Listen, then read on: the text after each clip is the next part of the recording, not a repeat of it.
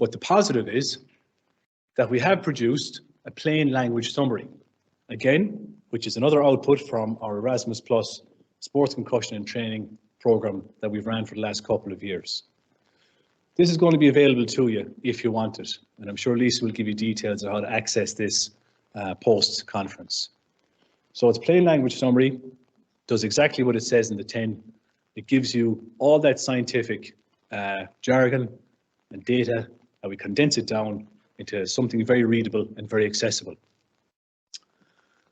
I sound like Harvey Norman here, but I'm going to go one step further. I'm going to condense it down to what our main results were for the actual systematic literature review. Now, I'm not listing all of them, but we found that cognitive tests were the most used pitch side assessment tool.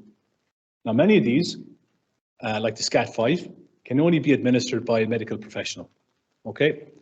Now, if you're working in community and amateur sport, you're starting to see where there's probably a fly in the ointment here, because many of the studies that we saw out of those 25 papers were in community or amateur sport.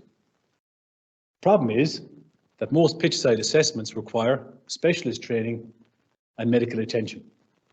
But the problem is that most community and amateur sports don't have access to medics. I can't tell you the amount of sidelines I've stood on and watched matches, and thankfully there was no serious injuries, but there was no medics either. That's just the nature of community and amateur sport. And I would say that's pretty common within the room itself. Conclusions to this paper. This is what we are going to conclude. We said that concussions can go undetected. And that's followed out by the fact that what Kevin was mentioning earlier on, that a lot of the people that Kevin spoke to were in this category. They went undetected, they went unknown, particularly in community and amateur sports. There is a need for better detection methods in non-elite settings.